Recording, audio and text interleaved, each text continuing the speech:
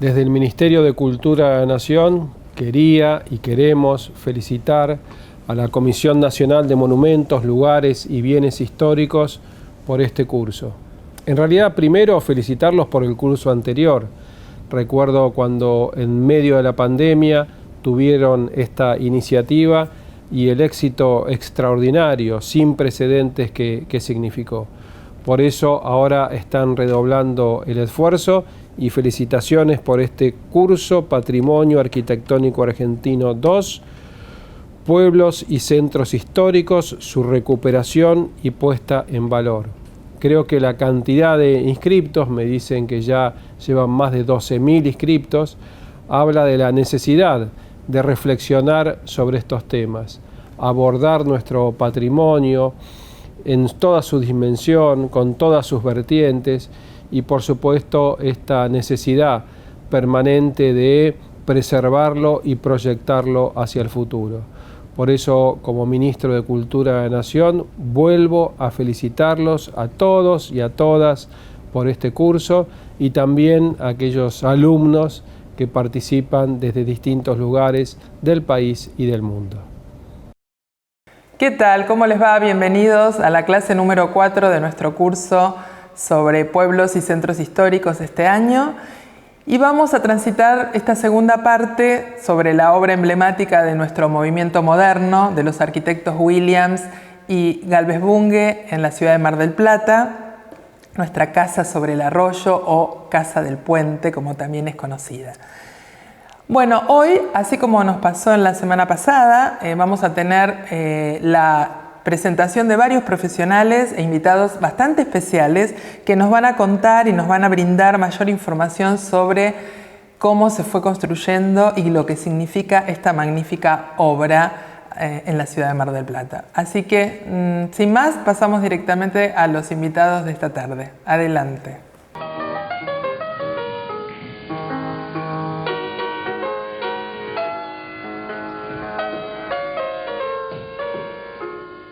Esta casa la proyecté y la construí durante la guerra. En realidad no es un puente, como se le ha dicho muchas veces. Hubo una época en que ahí estuvo una radio que decía como eslogan, desde la casa del puente, un puente hacia su casa.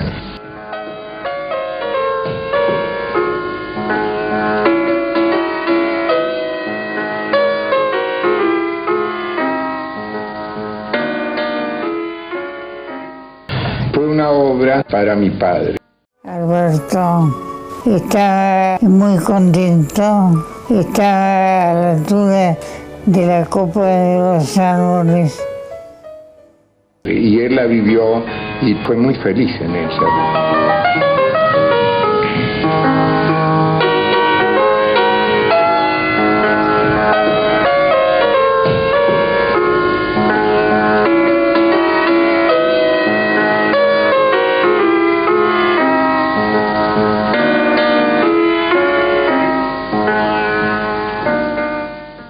Me cuentan que en la clase de hoy van a abordar un tema de enorme significancia cultural para la Argentina.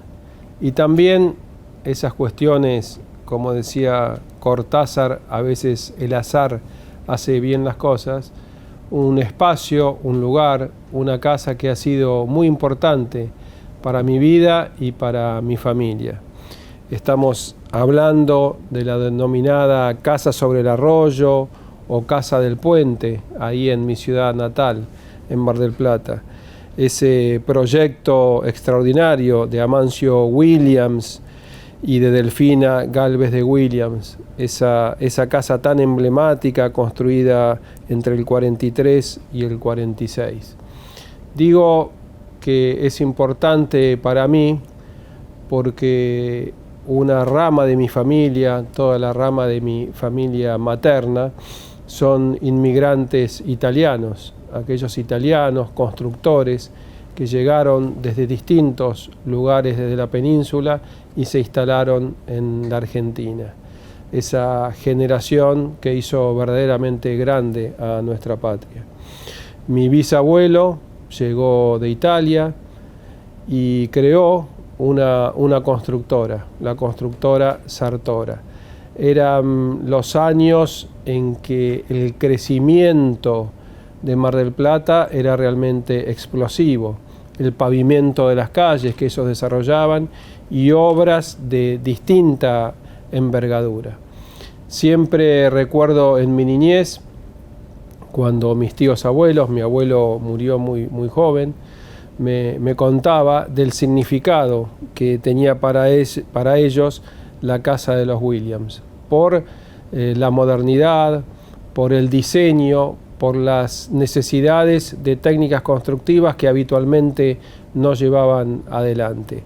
Allí estuvieron Arturo Lemmy, la familia Lemmy y la familia Sartora, los dos antecesores míos, y trabajaron con profundo amor.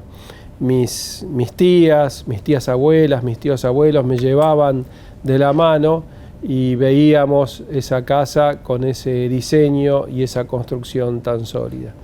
Después recuerdo otras etapas en la cual la visité muy triste porque el nivel de degradación, de destrucción de ese patrimonio fundamental de la arquitectura moderna era realmente espantoso.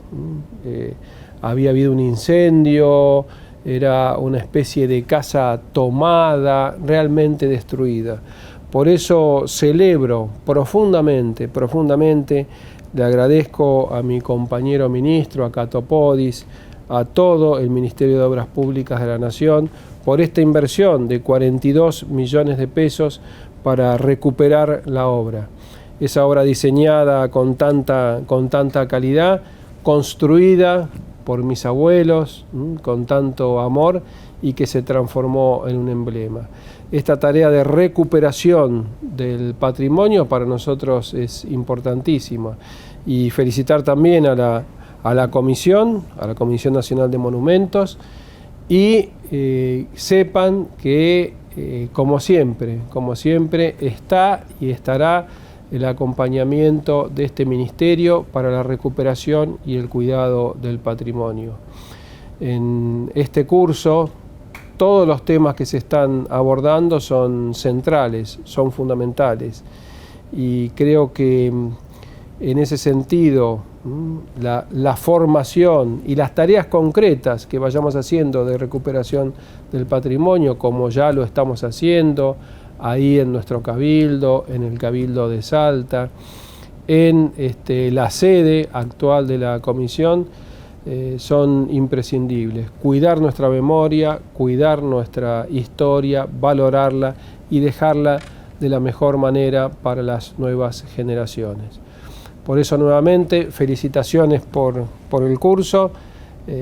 Ahí está la imagen del cartel de obra, ahí están los nombres de mis abuelos, me llevan a esa Mar del Plata de mi niñez tan próspera, en constante crecimiento, me lleva también a esa generación que vino con muy pocos recursos, pero con un ánimo de trabajo, lo que nosotros definimos siempre, la cultura del trabajo de esos inmigrantes que hicieron verdaderamente grande el país. Que sea también esta reflexión un homenaje a esa generación de italianos y a todos los obreros que construyeron e hicieron grande nuestra patria.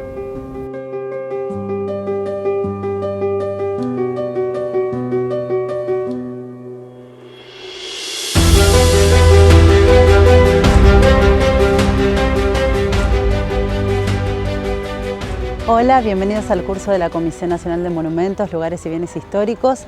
Mi nombre es Magalí, me desempeño como directora en la Secretaría de Obras y Planeamiento Urbano del Partido General Pueyrredón, y tengo a mi cargo la gestión para la puesta en valor de esta casa sobre el arroyo, Casa del Puente, una de las casas más importantes del movimiento moderno, encuadrada dentro del movimiento moderno a nivel mundial. Y a lo largo de esta clase vamos a tener la oportunidad de compartir junto a distintos referentes que compartieron con nosotros durante estos años la historia de la casa. Ellos son la historia viva de esta casa y un poco con quienes tuve la oportunidad de trabajar y con quienes tuvimos la oportunidad de llevar adelante un poco de lo que fue el pliego a licitación de esta casa, compartiendo tanto material como las experiencias que hemos tenido a lo largo de estos años. La casa, por suerte, hoy está pasando por un proceso de restauración que nos va a permitir mostrar la casa por primera vez al público en su estado original.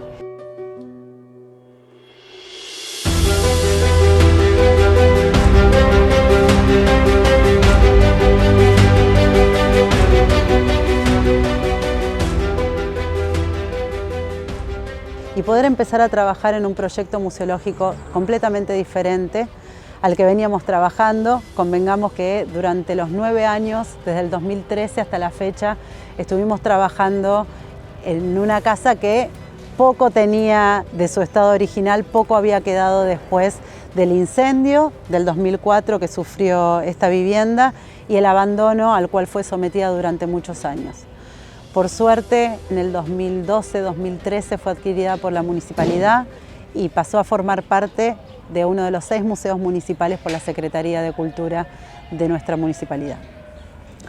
La casa realmente presenta muchísimos atributos patrimoniales, es una casa multipatrimonial, tanto el patrimonio arquitectónico, que en este curso vamos a ver más que bien detallado por el arquitecto Hermann Klinsburg y por la arquitecta Graciela de Iorio, como su patrimonio natural, que seguramente también ellos van a poder comentarles, o el patrimonio inmaterial que forma parte de la historia de esta casa y que seguramente Claudio Williams o Juan José Lago van a poder compartir con ustedes.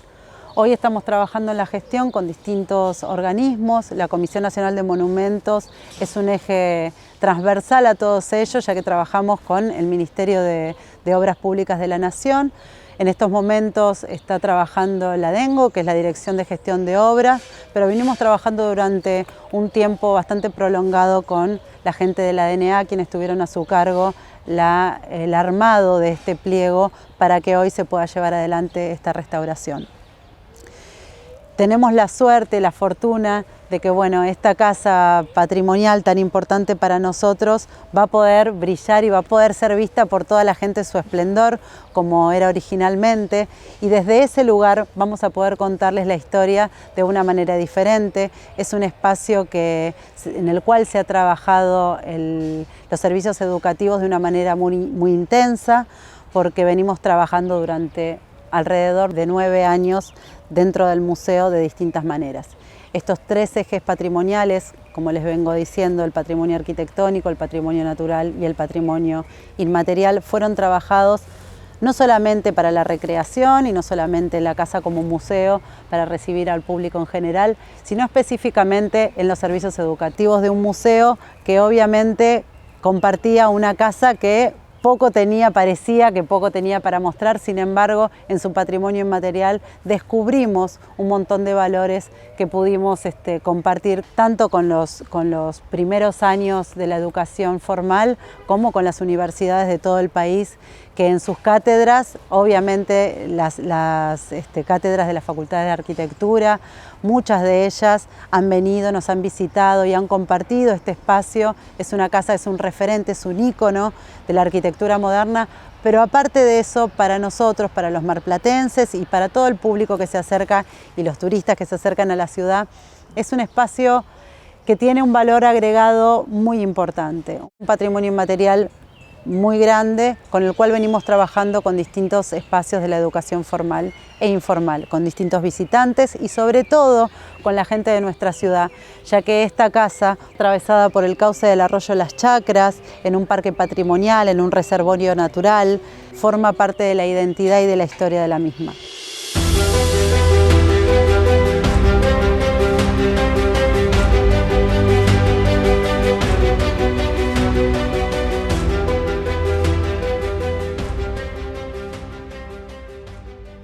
Una de las cuestiones muy importantes a tener en cuenta en la historia y en la valoración de la Casa del Puente es cómo este edificio, esta gran obra, se materializa a través de, obviamente, un gran diseño y un cuidadoso, y como hemos sostenido, obsesivo diseño, de los proyectistas Amancio Williams y de Fina Gálvez, pero también cómo fue construida y en el contexto de una cultura arquitectónica, una cultura de la construcción que en la Argentina por varias décadas se venía consolidando a través de la participación de distintos gremios y distintos técnicos, distintos artesanos, operarios y obreros de la construcción.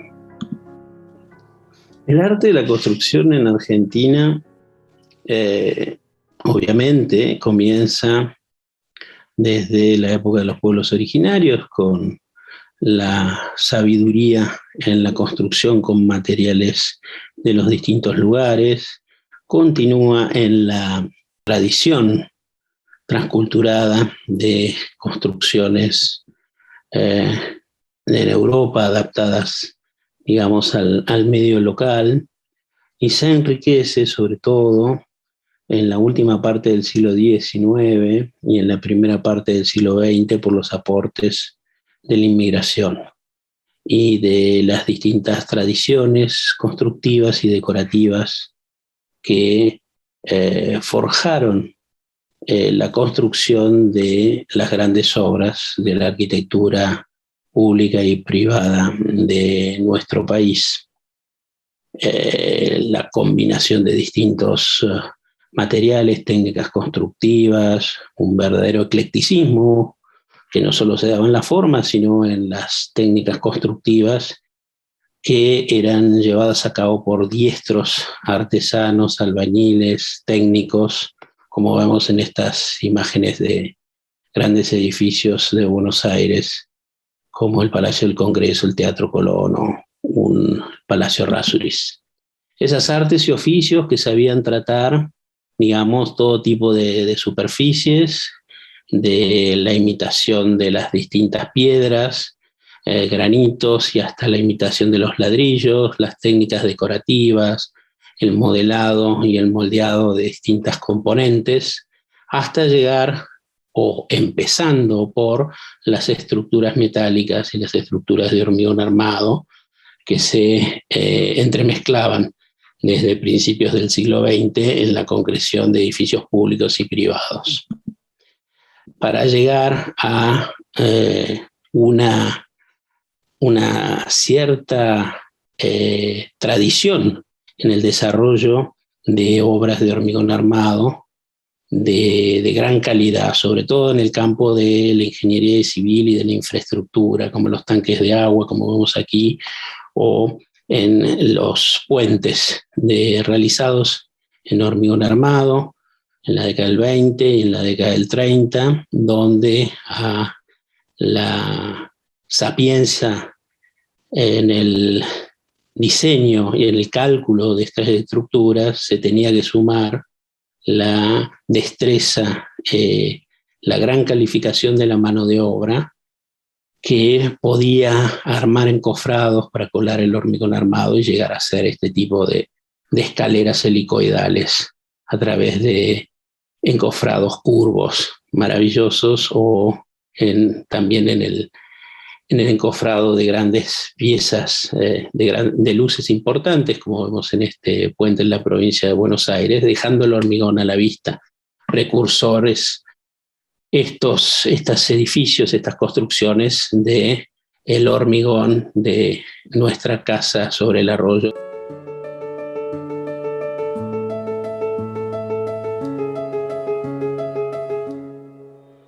Yo soy Claudio Williams, soy el menor de los hijos de Amancio, el octavo. Bueno, la casa sobre el arroyo, el común de la gente la conoce como la casa del puente, pero a papá no le gustaba esa denominación. Él siempre insistió en que la denominación correcta era la casa sobre el arroyo. Es una casa muy particular. La realidad es que Alberto Williams, mi abuelo, compró esa fracción de terreno a la par de otra que compró el hermano mayor de papá, que era Mario Williams. Él tenía una casa en el centro de Mar del Plata, casa que le gustaba mucho, pero que le empezó a resultarle ruidosa. Y entonces compró esta fracción de terreno y le encargó este proyecto a mi padre, Amancio. Y él siempre decía que la forma correcta de resolver las cosas es primero plantearse el problema correctamente, es decir, plantear el problema o la pregunta a resolver acertadamente casi siempre daba lugar a una respuesta acertada. Entonces, él cuando se encontró con este terreno, que era 1 hectárea y lo cruzaba por el medio de un arroyo, tenía como 2 alternativas, digamos. Una era construir una casa en alguna de las 2 fracciones al lado del arroyo. La otra, como alguien le sugirió, hacer una especie de terraplén y hacer una alcantarilla por la cual pasar el agua del arroyo, debajo del terraplén. Y en realidad él se propuso como objetivo no alterar la naturaleza. Además, el terreno era un terreno muy arbolado, densamente arbolado, sobre todo robles europeos y robles americanos. Y entonces él se propuso, y el lugar más despejado del terreno en materia de árboles era el centro, sobre el arroyo. Entonces, bueno, él se propuso no alterar el arroyo, no alterar la arboleda, y la respuesta era un poco como inmediata y como única, hacer algo sobre el arroyo. Y ese algo se transformó en un puente. Y bueno, encararon ese proyecto con la participación de mi madre, Delfina Galvez, que también era arquitecta, y lo primero que hicieron fue hacer un relevamiento casi milimétrico de la arboleda para no tirar árboles innecesariamente. Y bueno, hicieron este proyecto y fue un proyecto extraordinario, porque esto es una casa que se la puede ver desde los 4 costados, pero también desde arriba y desde abajo, ¿no? Y la sensación de pasar por abajo de ese arco y el espacio que conforma ese arco es realmente extraordinaria. Y uno no se da cuenta hasta que no pasa por ahí. Cuando uno pasa por ahí abajo, se da cuenta del sentido que tiene ese puente y ese arco. Y es muy, muy armonioso realmente. Y es muy lindo escuchar y ver correr el agua. Ahora corre artificialmente porque el arroyo fue hace muchos años desviado y entubado. Pero la gente que tiene a su cargo la casa, Graciela de Iorio, bueno, no la tiene a cargo, pero en su momento estuvo a cargo, hicieron un sistema de recirculación del agua para que debajo de la casa circulara el agua.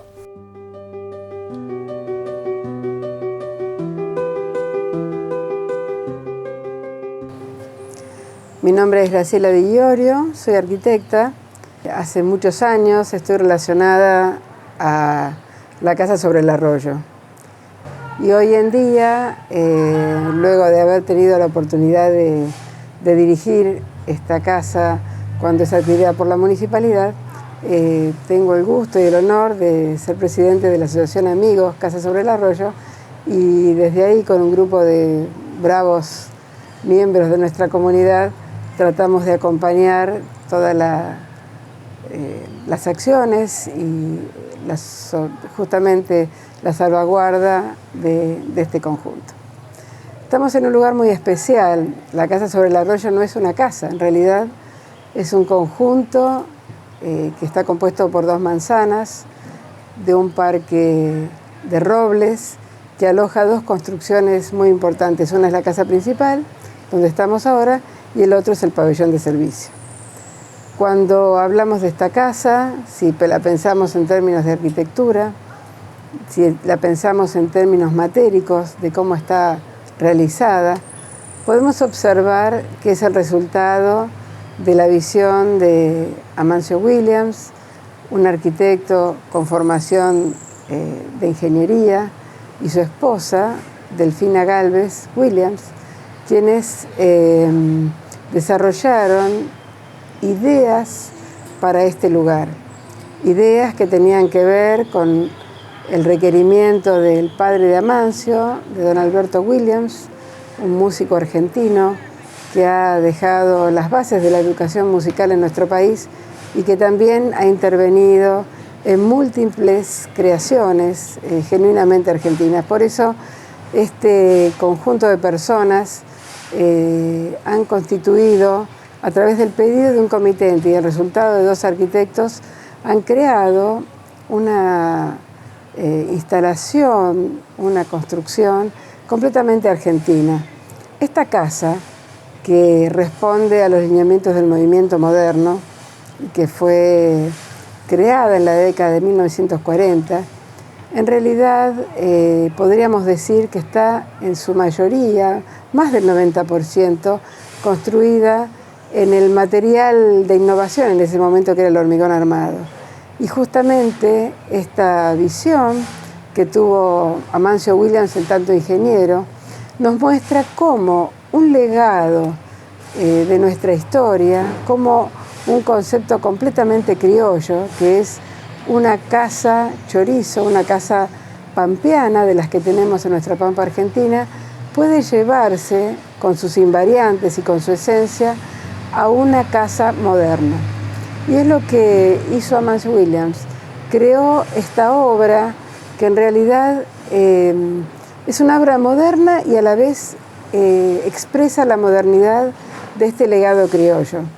Esta casa, primeramente, está, como decía, construida en hormigón armado. Está concebida como una estructura espacial. Está creada para aprovechar todas las posibilidades que nos brinda la gravedad y la posibilidad de la materialidad a través del hormigón, ya que está compuesta por un arco que salva las márgenes del arroyo fundacional de nuestra ciudad, constituido totalmente en hormigón, que se conecta hacia arriba con lo que podríamos llamar la caja de habitar, una casa que fue concebida como una vivienda unifamiliar y que es a la vez un estudio musical. Y esta caja de habitar se conecta con el arco de una manera sumamente creativa e interesante, con una comprensión profunda de lo que es una estructura y de lo que es un aprovechamiento de las energías de la propia estructura. Porque cuando uno construye un arco, tiene por lo menos dos maneras de contenerlo. Puede el arco tenerlo con un tensor para que no se abra, o puede darle puntos de apoyo, que es el caso de esta casa. Justamente fue concebida la estructura con tanta pureza y tanta precisión y con un concepto integral de espacialidad tridimensional tan oportuno que justamente en los puntos donde esta casa tiene dos voladizos y una placa intermedia entre ambos, justamente donde están las mayores cargas, en esos puntos Amancio logra apoyarlos, esa concentración de cargas, sobre las zapatas monumentales que sostienen los límites del arco. Y de esta manera aprovecha el propio peso de la casa para agregarle un sostén de seguridad a estos elementos que contienen los laterales. La verdad que si lo pensamos de esta manera, encontramos una comprensión profunda de lo que es una estructura en el espacio. No ya una estructura trilítica, dos columnas y un techo, sino una estructura que trabaja en su totalidad en el espacio. Luego llegamos por unas inteligentes y livianísimas columnas a la cubierta y el corazón de la casa, también portante, hace que las cargas se distribuyan con una naturalidad total. Tenemos que pensar que con estos recursos de diseño, que no son solo estructurales, son de diseño arquitectónico, Amancio Williams logra tener un aventanamiento en los 360 grados, o sea, en el contorno total de la casa, que permite que desde todos los puntos haya solamente ventanas, lo cual es un alarde estructural total porque lo hace con la más masiva de la posibilidad del hormigón y con la liviandad exacta y exquisita de una suerte de columnas perimetrales que se pierden en la visión y que permiten que este parque magnífico se meta dentro de la casa, comprendiendo el lugar absolutamente patrimonial en el que está inserta.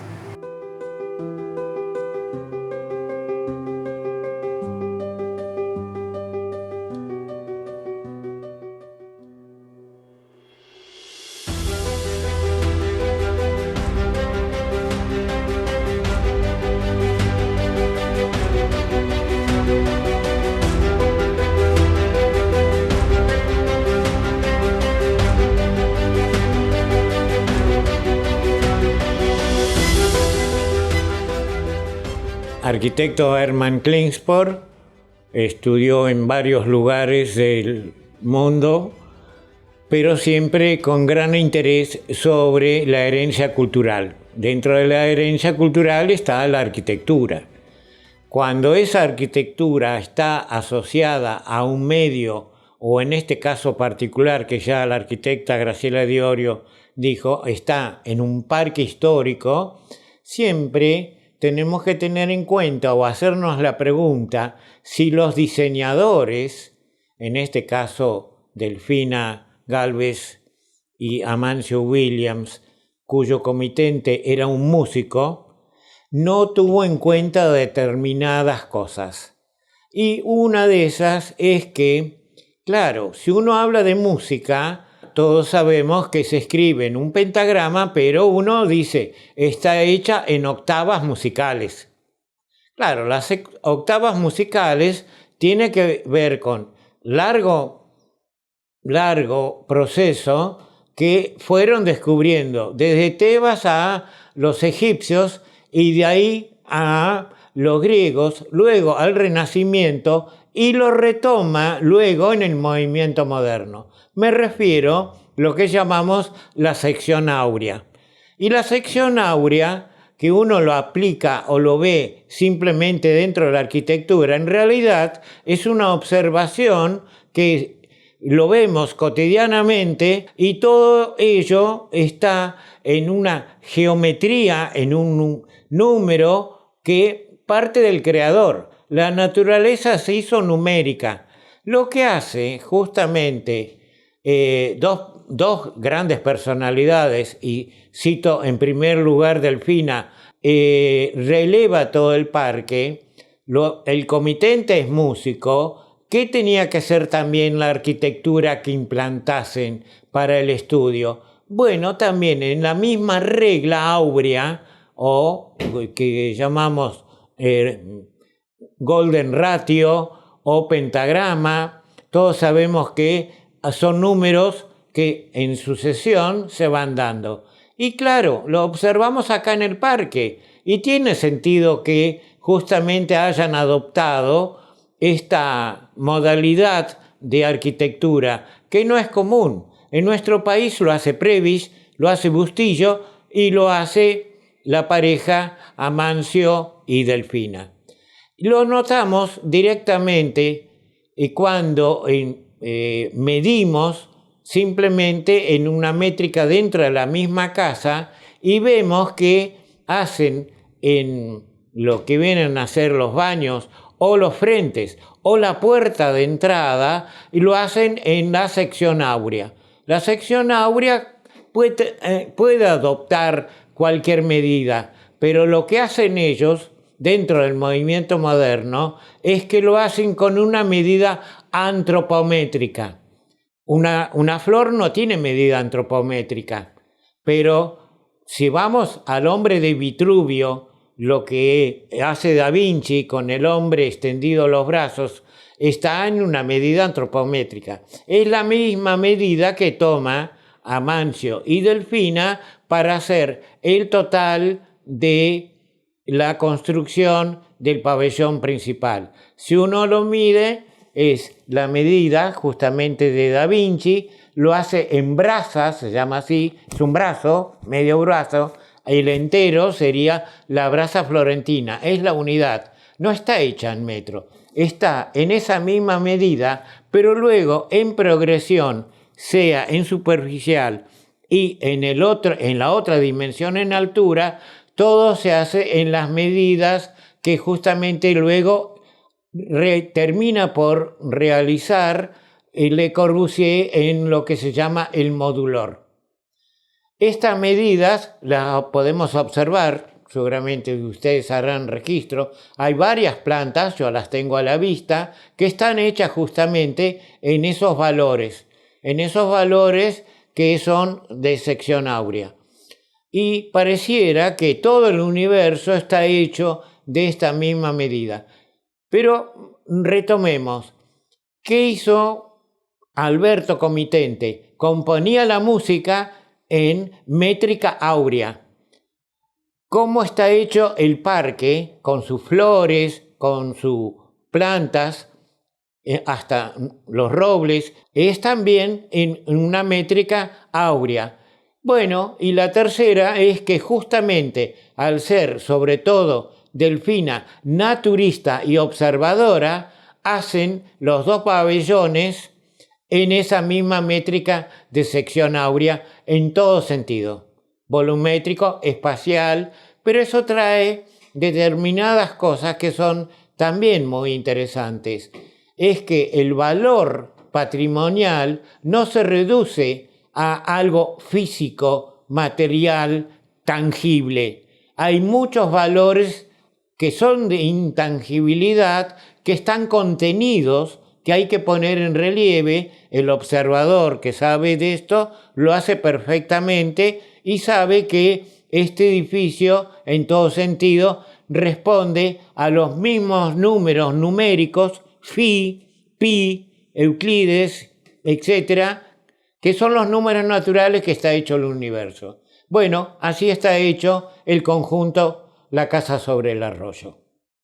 Yo hice una maqueta con todos los árboles, uno por uno, en base a la idea de no voltear ningún árbol y solamente se echó abajo uno. Esto es muy importante porque habla de una sensibilidad. Primero, ella tomó ese trabajo extraordinario de reconocimiento de la ubicación, pero luego también la decisión de, teniendo un terreno atravesado por un arroyo, montar la casa exactamente sobre el arroyo y además respetar cada uno de los árboles.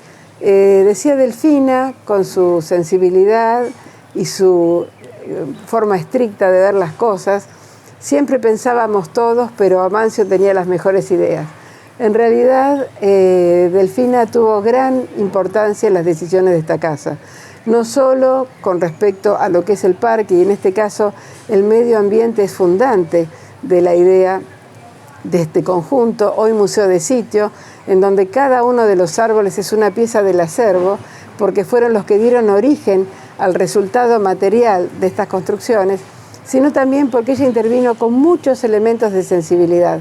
En el interior de la casa, ya en el momento de la, podríamos decir, decoración, de la ambientación, del acondicionamiento interno y de la arquitectura de interiores, Delfina interviene definiendo todos los sistemas de aventanamientos, unas interesantísimas y podría decir sutiles y deliciosas cortinas de mimbre de enrollar color azul, lo mismo con todo lo que fue el equipamiento, el chaise longue de Le Corbusier y todas las decisiones que se fueron tomando a lo largo de su instrumentación del mobiliario. Ella tuvo un rol importante en este proyecto y en otros proyectos que se hicieron en esos primeros años, el proyecto de las viviendas en el espacio, por ejemplo, y también el proyecto de la casa de Mario Williams, la sala de conciertos, etcétera. Y después, bueno, a medida que la familia fue creciendo, ella fue apartándose un poco de la actividad del estudio propiamente dicho, pero siempre fue un puntal muy, muy importante en la vida y en la profesión de Amancio. Y mucho se viene hablando últimamente de la invisibilización, entre comillas, de arquitectas, etcétera. Y si hay algo que ella no fue por su marido y por sus contemporáneos, es invisibilizada. Primero porque era una mujer de una fuerza extraordinaria y que tenía una capacidad fenomenal de ponerse en evidencia, no necesitaba que nadie la pusiera en evidencia. Pero además ella estuvo siempre en todos los carteles, en todas las publicaciones, esta obra siempre figuró por todos lados y siempre fue muy reconocida, ¿no? Y trabajó realmente a la par de Amancio, pero ella siempre sostuvo que el diseño y la idea fundamental de la casa había sido de él. Cuando vamos al esquema funcional de la casa, o sea, estamos en una manifestación completamente moderna, pero cuando pensamos cómo se desarrolla el proyecto, cuál es el esquema funcional, nos encontramos con una decisión, podríamos decir, muy argentina.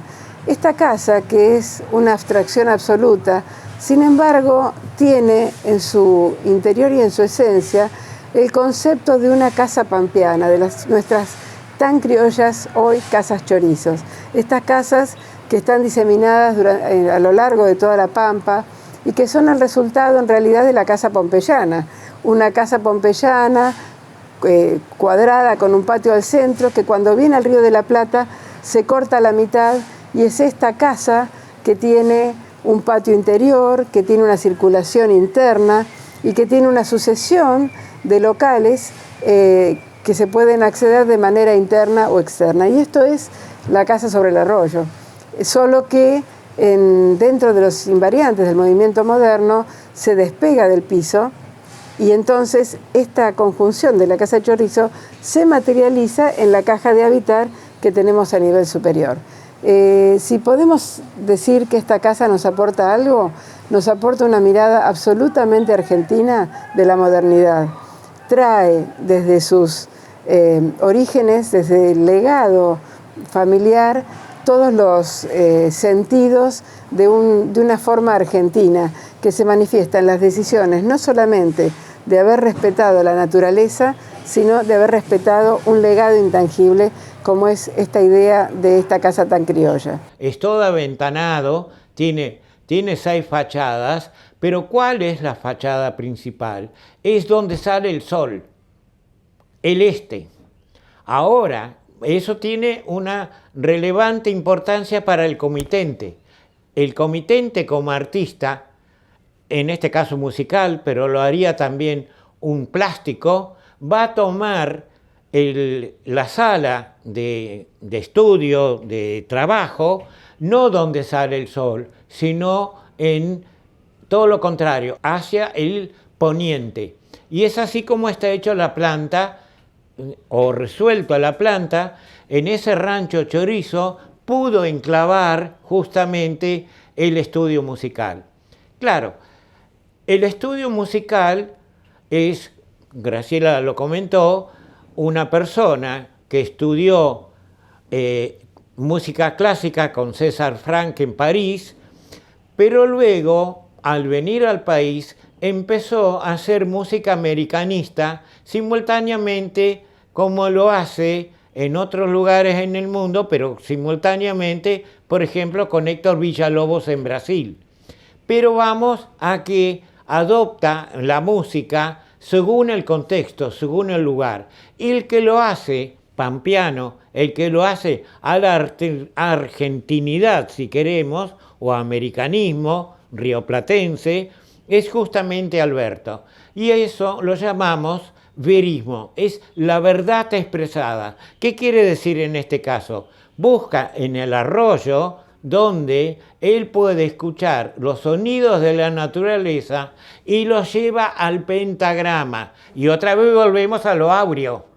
Quiere decir que todo lo que él escucha, los cantos, etcétera, y hace las obras justamente en ese lugar especial que tiene relación con el arroyo, con todo su sonido natural, no solo climático, sino biótico, y también a la altura de los árboles. Tan es así que en ese verismo directo, él, cuando escucha algo nuevo, que lo anota en lápiz, qué será este sonido, pero él logra realizarlo en áureo, en las octavas musicales, y ese es el gran sentido de por qué tenemos la casa sobre el arroyo con el estudio sobre este lugar.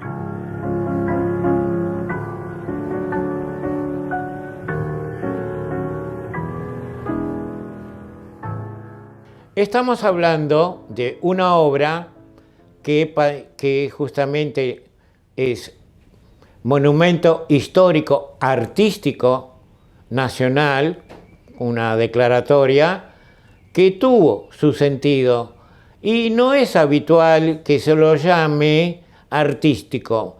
La naturaleza de por sí, y esto era un parque histórico que, como dijo Graciela, relevó sin haber movido, sacado ningún árbol, es como que lo que se implanta como arquitectura es como si fueran 2 robles o 2 árboles más.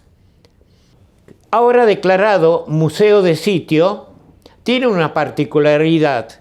Muchos son casas museo y da lo mismo si es verano, invierno, día, noche. En cambio, en este, que es un sitio vivo, no es que va a cambiar los 2 pabellones construidos, o sea, culturizados, pero lo que cambia es el sitio. Según el día, la hora del día, la estación del año cambia totalmente, y en este caso está los robles en pleno desarrollo prefloral. Quizás dentro de un mes está en flor, luego está en bellota. En otoño, en el ocaso autumnum, eso no está, estará todas las hojas caídas y cambiará totalmente. Pero ¿a qué nos lleva también? Que hay un arroyo, en este caso se está restaurando, y cuando esté en su plenitud va a ser el único que queda a cielo abierto y tendrá flora, fauna, peces, sonidos y cambiantes, y que está en peligro de contaminación. Porque hay que tener en cuenta que cuando se hizo en el 42 la compra del terreno, se terminó de construir en el 45, esto era casi campo, era periurbano. Hoy está en la ciudad y está muy expuesto hasta por lavandinas, por semillas que vuelan o simplemente pájaros que traen semillas de otros lugares. También tenemos contaminación sonora, también tenemos contaminación, por suerte no tanto ahora, pero hace unos años sí, del plomo de la nafta. Y claro, y la vida media que tiene cada árbol o cada cosa.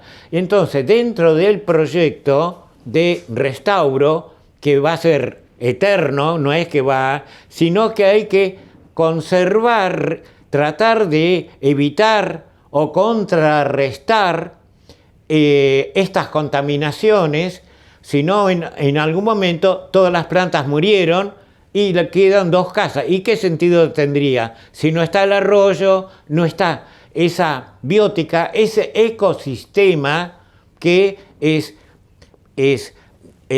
rotativo, y cada una de las especies tiene una vida media, algunos 30 años, otros 80. Los Quercus robur, justamente que hacía mención Graciela, tienen una vida mucho más alta, pero también llegará un momento en que necesita de cuidados. Por lo que esto es un monumento a su vez vivo que hay que conservar a lo largo del tiempo. Y eso va a requerir de una interdisciplina, ya no es solo de restauraciones, estamos hablando de recupero, porque hay que volver hacia atrás todo lo que se contaminó, y eso estamos hablando también de restitución del sistema para darle sobrevida periódicamente o en forma constante. Esto lo diferencia de muchos otros, casi un caso único, donde la simbiosis naturaleza es viva en un sitio, en este caso museo, pero que dará mucha lectura a la gente, sobre todo a un futuro. Y por otro lado es un reservorio verde de la propia ciudad, porque ahora está dentro de la ciudad de Mar del Plata. Eso también es muy importante. Es una reserva, pero también, digamos, es un intercambiador de oxígeno, de anhídrido carbónico, etc. Y eso también es importante. Yo soy el que está haciendo algo nuevo en la humanidad, tratando de poner orden entre lo que sabe el hombre y su aplicación a la sociedad.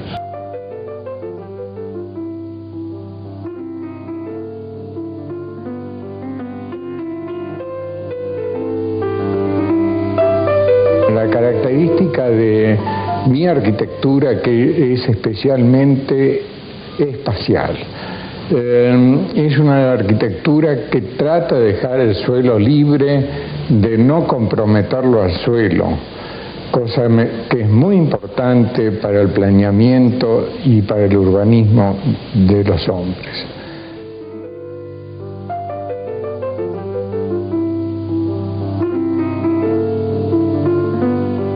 Procesar a la naturaleza y sumergirse en la naturaleza, emular a la naturaleza en estas creaciones sistémicas como la de los paraguas que arman un nuevo ambiente o crean una atmósfera nueva por encima del desarrollo urbano de edificios como en Corrientes.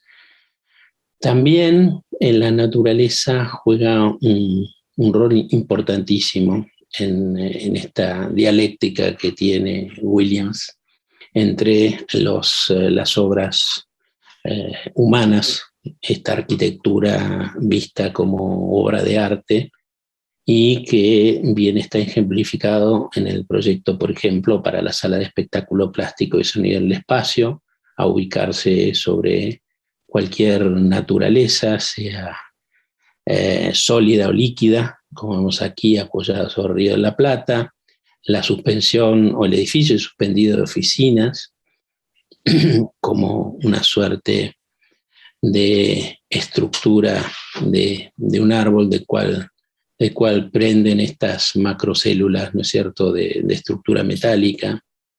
Esta gran plataforma sobre el Río de la Plata para un aeropuerto, diseñada en 1945, o finalmente la ciudad en la Antártida, ¿no? Crear un nuevo ambiente, en ese caso, en el extremo de la naturaleza, como puede ser la Antártida. Es interesante señalar que ya desde el principio de sus obras de vanguardia hasta el final de su carrera y de sus días, Williams siempre estuvo pensando desde la vivienda, desde la unidad de estructural o de habitabilidad hasta el desarrollo de las ciudades en un marco territorial, ¿no?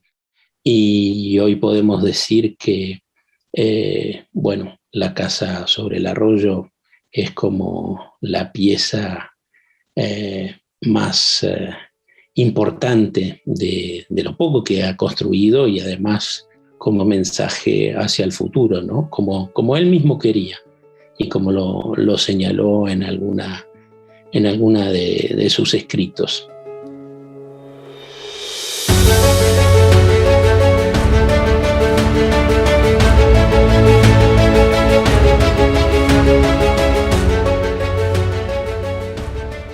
Pero este sitio, ¿no es cierto?, en el que Amancio Williams en algún momento también buscaba construir algunas otras casas, el proyecto que más se definió y llegó a una suerte de proyecto ejecutivo fue el de, en un terreno adyacente, aquí en este sector, donde hoy está situado el colegio, un proyecto para su hermano Mario, que, como vemos aquí, es una de las alternativas de la arquitectura moderna, ya construyendo con el famoso módulo sobre pilotes, esta idea de despeje del suelo, ¿no es cierto?, del territorio por parte del movimiento moderno, y que aquí Amancio y Delfina definen en una casa alrededor de un patio, alrededor de un claustro, ¿no es cierto?, con una pata apoyando en una pileta cuadrada y un sector de servicio y de garaje en planta baja, con, digamos, los lugares principales en el piso elevado. Fíjense ustedes, podríamos considerar a la casa sobre el arroyo una suerte de iglesia con una pequeña capilla que sería el pabellón de servicio. En este caso tenemos el claustro en esta componente casi de un convento, casi de arquitectura, una comparación con la arquitectura sacra, y que vemos aquí bien representada en las tres plantas de estas tres componentes de un conjunto de laboratorio de la arquitectura moderna, que fue y debió expandirse con la casa del hermano de Amancio Williams. Artefactos modernos, fíjense, derivados del puente, del rancho, podríamos decir, de la arquitectura vernácula y del claustro, del famoso claustro conventual. Es interesante también comparar estos dos proyectos, el de la casa que atraviesa el arroyo sobre un puente, la inmersión en la naturaleza, ¿no es cierto?, salvando ese accidente natural, y la postura de la otra casa, muy cercana, en un terreno adyacente, inmersa en el centro de un prado y rodeada por esta arboleda, que también era parte de todo este bosque, ¿no es cierto?, de la propiedad plantado a fines del siglo XIX. Espaciales diversas en esa suerte de sacralización de la vivienda desde el punto de vista de su austeridad, de su diseño y de sus cualidades espaciales, que vemos en los espacios por debajo del puente que cruza el arroyo, y en el caso del claustro, con visiones hacia afuera, hacia la naturaleza, hacia el bosque, y hacia adentro, un recinto más humano, como señala Amancio en alguna de sus referencias sobre este proyecto de la casa para Mario Williams. Y más allá de esa intención de hacer una arquitectura del espacio, aparece en este caso, en esta casa que no se llega a construir, el fantasma, el problema de la fachada, cómo resolver la fachada de este edificio, y aquí se ve el estudio de las distintas alternativas. Por lo que se conoce, y en una famosa carta que le escribe Amancio a su hermano Mario, este último no estaba muy conforme, ni estaba, digamos, en sintonía con la arquitectura moderna, sino bastante más con el pintoresquismo que reinaba en el ámbito de la arquitectura veraniega y de Mar del Plata, y a pesar de las explicaciones de esa larga carta no se llega a construir.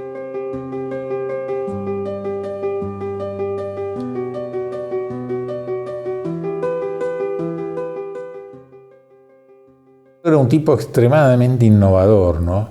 Y hay una cosa que apareció no hace mucho, en el año 43, hizo una especie de lo que él lo llamó algunos estudios para la Patagonia, y entonces él imaginó en esos años obtener energía eólica. No se hablaba en el mundo en esa época de energías alternativas, no se hablaba de nada de esto. Y él imaginó un sistema de turbinas de eje vertical, una cosa muy curiosa, era una estructura de hormigón armado que podía llegar a tener unos 20 metros de altura, no más, y en esa estructura había unos turbinas que tenían ejes verticales y tenían paletas también verticales, y el viento las accionaba, las hacía girar y generaba energía. Y no hace mucho salió publicado una cosa muy interesante, que es en un lugar de Persia que se llama Ashtifran, creo. Hay unos molinos de madera verticales que son más o menos de este mismo sistema, un poco más pequeños, que se usaban para moler grano y creo que también para extraer agua. Molinos que existen y que incluso funcionan, y hechos en el siglo VI. Y yo no creo que Williams haya tenido acceso a esa información, porque eso es una cosa que se publicó hace muy poco tiempo. Y bueno, como sea, él en esos años a mediados de los 40, imaginó esto como una solución para generar energía eólica, ¿no? Y hoy, bueno, tenemos infinidad de molinos de viento por todos lados en el mundo generando energía eólica, y en esos tiempos ni se hablaba de esa posibilidad, ¿no? O sea que era una persona que realmente se anticipaba, y tuvo muchas ideas, muchísimas ideas y muchísimas cosas que él resolvió muy bien técnicamente y que después se tomaron y que la industria las aplicó, ¿no? De alguna manera. Así que la innovación era un poco como la regla básica de su existencia, ¿no? Y ella, como dije antes, lo acompañó muy bien a Manzio en el desarrollo de su arquitectura. Mucho se habla que era la que le traducía la correspondencia al inglés, al francés, al alemán o lo que fuere. Y sí, eso por supuesto lo hacía, pero no era solamente eso, es decir, ella un poco era el cable a tierra de todas estas cosas, ¿no? Porque a veces a Manzio las ideas se potenciaban de forma tal que terminaban algunas veces siendo muy difíciles de defender y de realizar, ¿no?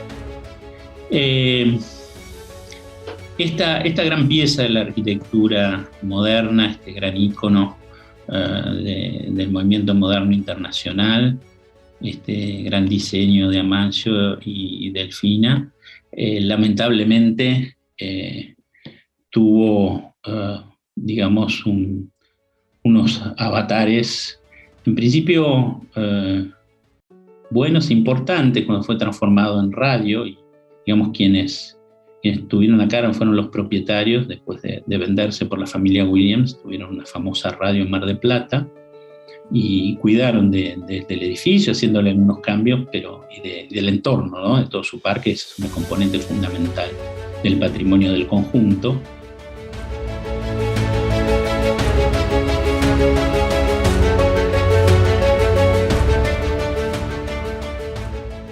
Soy Juan José Lago. En su momento tuve una intervención para mí y mi experiencia memorable con respecto a la Casa del Puente y su elección como sede de una emisora de radio Mar del Plata, y tuve el placer y el privilegio de estar en contacto con el arquitecto Amancio Williams, aprender muchísimo de él y haber dirigido después, dentro de esa casa, haber dirigido durante varios años esa radio. Así que lo que voy a referirles es las muchas veces que tuve que contestar la misma pregunta. ¿Por qué fue la Casa del Puente la sede de los estudios de LU9, emisora Mar del Plata, tanto en AM como en FM? Allí funcionó todo. Todo funcionó en la mitad de la planta de la Casa del Puente, que apenas tenía 270 metros cuadrados de planta. O sea que en 135 metros, 140 metros cuadrados, funcionaron los estudios de AM y FM de LU9 de Mar del Plata. ¿Por qué resultó elegida? ¿Cómo fue que terminó siendo la sede de los estudios de una radio, la Casa del Puente? Eso fue el resultado de la coincidencia de dos situaciones que se desarrollaban al mismo tiempo en aquellos años. Estoy hablando del año 68, 1968. Por un lado, mi padre, que era el titular del Canal 10 de Mar del Plata, también había ganado la licitación de una emisora de radio a través de una sociedad que lo tenía él como consultor principal y como encargado del montaje de la emisora.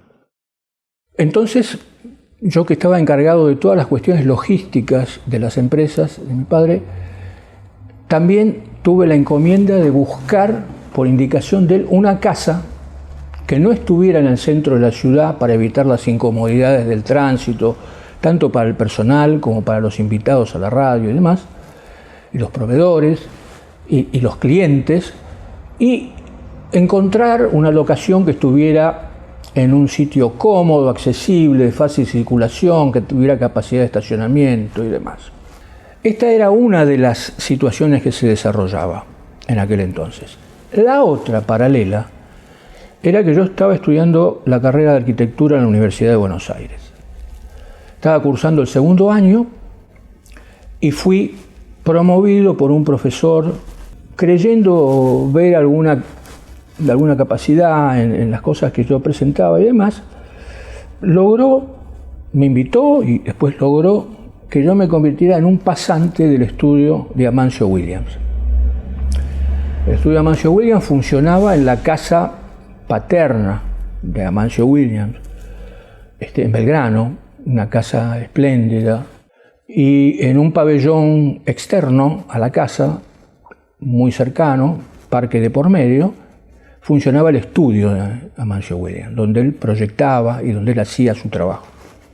Bueno, así que tuve la oportunidad de empezar a compartir con él, al principio como un simple observador, después haciendo algunas tareas de dibujo por indicaciones de él, pero tuve la fantástica experiencia de poder verlo elaborar, proyectar y dar indicaciones y enseñar a los que estábamos allí. Yo no fui el único pasante, no era el único pasante. Pero sí se desarrolló conmigo una relación de tipo amistosa entre un hombre mucho mayor que yo tenía apenas 20 años cumplidos y él tenía ya cerca de 55. Y nos entendíamos muy bien, a pesar de que seguramente muchas de mis preguntas le parecerían a él muy ingenuas en aquel momento, pero siempre las contestó. Una invitación que me hizo una vez a la casa, para tomar una copa de vino y comer una pequeña cosita, me comentó que su hermana Irma, que era la propietaria de la casa sobre el arroyo, que así se llamaba en aquel entonces, la Casa del Puente, su hermana Irma, que habitaba allí, estaba grande, ya de edad, con algunos problemas de salud, y tenía intenciones de trasladarse, de no estar más en ese lugar, un poco solitario para ella, y sin poder atender como era debido a las cuestiones de salud. Bueno, yo en ese momento, cuando él me hizo esa referencia, no conecté, pero al salir de la casa y rumbo a la mía, sí conecté las dos cosas. Es decir, el hecho que me acababa de referir a Amancio Williams con la necesidad que teníamos en Mar del Plata de encontrar una locación para la radio. Lo comenté con mi padre, le llevé documentación, a los 3 días viajé y le llevé documentación, fotos, y se fascinó con la idea de que la radio pudiese estar en una construcción de ese tipo, porque lo que él buscaba era una casa, un lugar, una construcción donde se transformara todo ese sitio en un emblema de la modernidad y de la avanzada tecnológica que tendría que ser coherente con el equipamiento que se estaba pensando para la radio, que tenía que ser de última generación año 68. Así que solamente me pidió que lo llevara hasta la puerta de una propiedad, un terreno de 11.000 metros cuadrados, con la casa en el centro prácticamente. La miró desde afuera, desde la entrada, que tenía un portón tipo tranquera de tubo, miró la casa, no quiso entrar siquiera y me dio la instrucción de que diera los pasos necesarios para adquirirla, la casa. Bueno, y así se compró la Casa del Puente. Cuando se inauguró la radio, el que accedía al edificio Casa del Puente entraba al living de la casa, que tenía todo el largo de la planta de la casa, o sea, la mitad de la planta de la casa era un living, y no se enteraba que dentro funcionaba una radio. Solamente sorteando, atravesando las puertas hacia un costado, hacia la otra mitad longitudinal de la planta, se accedía a los estudios de radio y a los controles. Así que bueno, esa es la razón por la cual la Casa del Puente terminó siendo la sede de LU9 emisora Mar del Plata. La Casa del Puente fue como una especie de enorme talismán, de amuleto que le proporcionó desde lo físico, desde lo constructivo, le proporcionó a la empresa y a la gestión de LU9 no solamente buenos augurios, sino buenas concreciones. Fue una empresa realmente exitosa. Así que bueno, esto también adorna la historia de la Casa del Puente.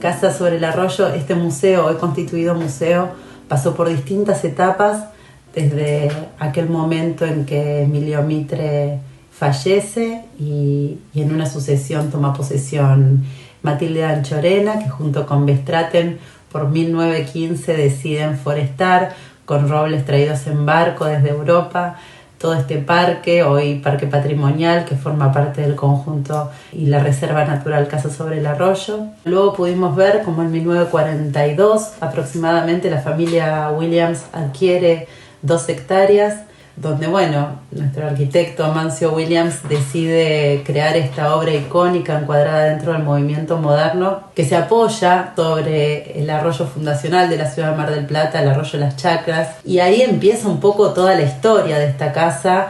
Sabemos, como bien dijo Graciela, después que no se tocó un solo árbol, como nos contaba Delfina, para crear esta casa, se respetó el medio ambiente. Y ya para 1952, esta casa estudio musical que había diseñado el arquitecto Amancio Williams con Delfina Gálvez para su padre, para Alberto Williams, es heredada luego de su fallecimiento a su hija Irma, quien decide ponerla a la venta. Y ahí por 1968 es cuando se vende al señor Héctor Lago Beitía, este empresario de la radiodifusión que decide poner esta emisora radial de frecuencia modulada, LU9, la cual funcionó entre 1970 y 1977 en nuestra ciudad, de donde adquiere el famoso nombre La Casa del Puente, por un jingle que deben haber escuchado por ahí, desde Casa del Puente, un puente está tu casa.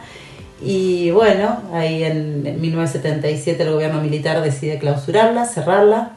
En ese momento Héctor Lago Beitía mantiene esta propiedad y ahí comienza en su fallecimiento en 1991 este proceso de sucesión que dura aproximadamente 13 años y que terminó lamentablemente en el 2004 con un incendio que provocó la pérdida de gran parte de su carpintería, y finalmente en el 2005 fue cuando tuvimos la suerte y la oportunidad de poder generar junto al señor Lago un convenio entre la municipalidad que nos permitió tener la administración de esta casa hasta el 2012, diciembre del 2012, momento en el que tuvimos la suerte de poder adquirir por la Municipalidad de General Pueyrredón esta vivienda y constituirla por ordenanza como museo. Ya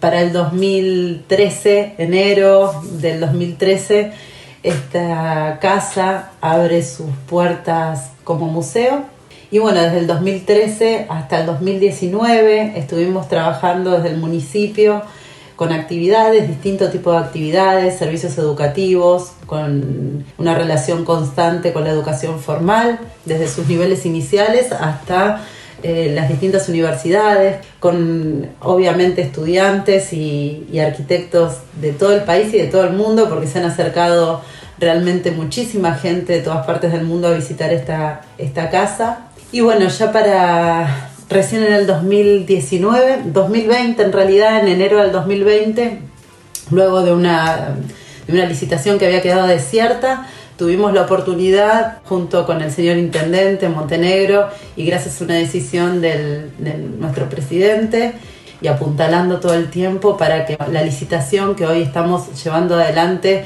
sea un hecho, sea una realidad. Y por último contarles que ya para el 2022 esperamos poder abrir, como bien decíamos, las puertas de esta casa para que puedan verla, visitarla y conocer un poco la historia, no solamente de esta casa icónica, de este parque patrimonial, esta reserva natural también hermosa, sino que aparte van a poder conocer un poco la historia también de nuestra ciudad. Y bueno, hay un proyecto atrás de todo esto, un proyecto museológico que nos permitirá contar esta historia, narrar esta historia a todos nuestros visitantes y seguir trabajando obviamente con los servicios educativos como lo hicimos hasta ahora. Solo me resta despedirme, agradecerles por habernos acompañado durante estas 2 clases, espero haya sido de su agrado.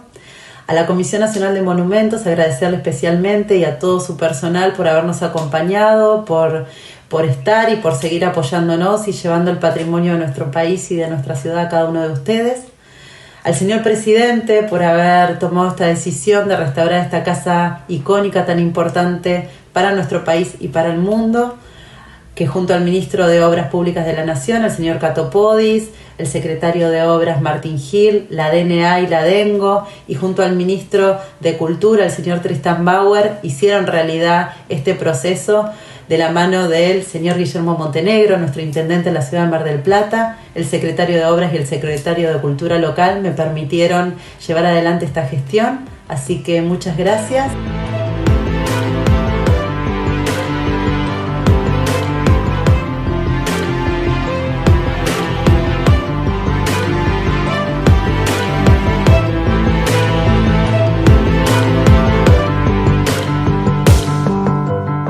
Fantástica también esta segunda parte de La casa sobre el arroyo, fantásticos las explicaciones, los testimonios, realmente uno aprende muchísimo con estos profesionales. Bueno, y entonces ahora nos vamos a despedir hasta el martes próximo y ya les voy adelantando nuestra clase 5 y el tema que va a ser los complejos turísticos de Chapadmalal y de Embalse de Río Tercero. Y vamos a presentar en la clase a 3 profesionales que son Inés Albergucci, Alberto Petrina y Fabio Grementieri. Así que los esperamos y bueno, nos volvemos a ver. Muchas gracias por haber compartido esta clase.